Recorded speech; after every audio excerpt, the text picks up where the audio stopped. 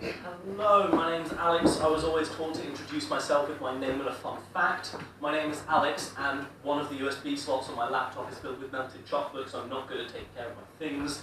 My name is Alex, and it takes me 3 to 4 drinks to be convinced I can do the entire Nicki Minaj verse of Kanye West's Monster, even though, try as I might, many, many times, I cannot.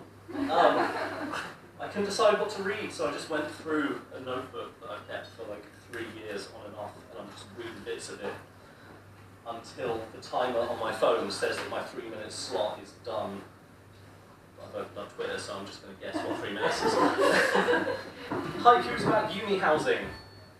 Dawn breaks through ice panes, 3 duvets, hands still purple, morning kiss, steaming. It feels like frostbite. Do we have insulation? Only carrier bags. The house settles in with bumping, scraping, squeaking, maybe we have mice. How's that?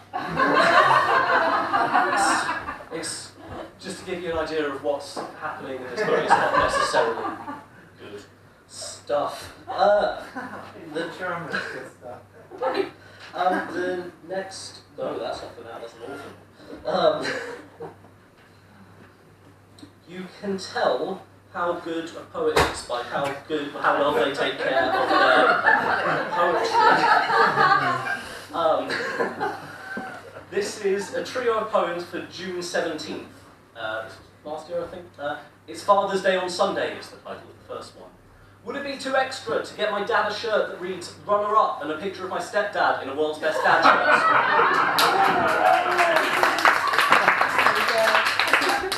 Poem 2 is called Real Talk, though, and it's what shirt size is the World Wide Web? Can I buy the internet a Father's Day present? And the third poem in this trio is called I Am Not Joking, the Internet Is My Dad. And it goes, in every show I watched as a kid, there was a bonding moment where a father taught his son to shave, and I had that with WikiHow.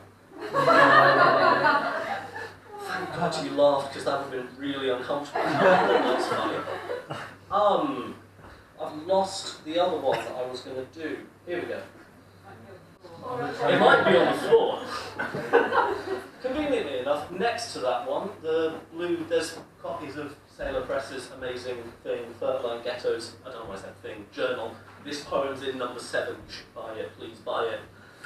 People say that in death they want to be remembered as they were in life, and sometimes I was pretty chill, and sometimes I was desperate for someone, anyone, and ideally everyone to think I was interesting in some way.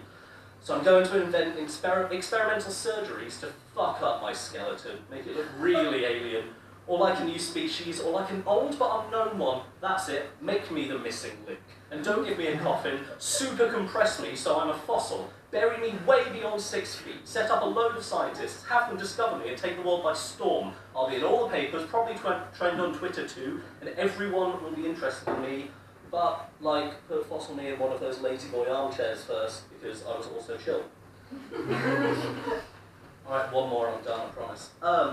This one isn't even a poem. It's called Significant Things That Happened While I Was a Human Billboard. I don't know if you've seen, sometimes Domino's hire people to stand in cardboard boxes that look like pizza boxes. It is kind of, you're accepting that you're not human, you're a pizza box, and that's what you're willing to do for money, and I chose to do that. Co-worker repeatedly made jokes about Americans calling Cherryade Kool-Aid, even though I explained that they're different drinks 3 times. 2.5, I was interrupted the 3rd time with a joke about the fact they call Cherryade Kool-Aid. Someone unrelated to the voluntary job that I chose to do, knowing what it entails because I was desperate for money, decided I was being degraded and told me all of this was disgusting. Multiple people removed their seatbelts after seeing me while still driving. I tried for the whole week to tell myself it wasn't because the sight of me made them want to increase their chances of dying. I did not convince myself. A kid came up to me nervously but excited, handed me a single individually wrapped mint imperial and said, I like your dancing. An Indian guy on a bike wordlessly flirted with me while biking past. We exchanged facial expressions and hand gestures, which I reciprocated. It ended with a kiss being blown. He turned outside. I thought about him all day. After 5 days being pitied and patronised for wearing a huge pizza box, someone threatened to mug me for the box and hat because he wanted it. He only stopped because he was told he has to get his bus by his friend. He said he'd be back later. I never saw him again either. Thank you.